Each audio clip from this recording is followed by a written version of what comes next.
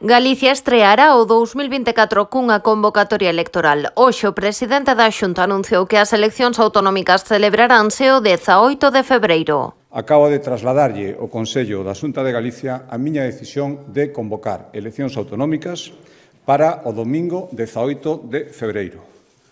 E as convoco para que Galicia siga sendo como é, para que Galicia conserve as súas certezas e a súa estabilidade e para blindar o noso xeito de facer as cousas. Rueda decidiu facer esta convocatoria despois de aprobar os orzamentos pro 2024, aínda que a actual legislatura remataba no mes de xullo. Estas eleccións quedan convocadas unha vez que xa están aprobados os orzamentos para o ano 2024.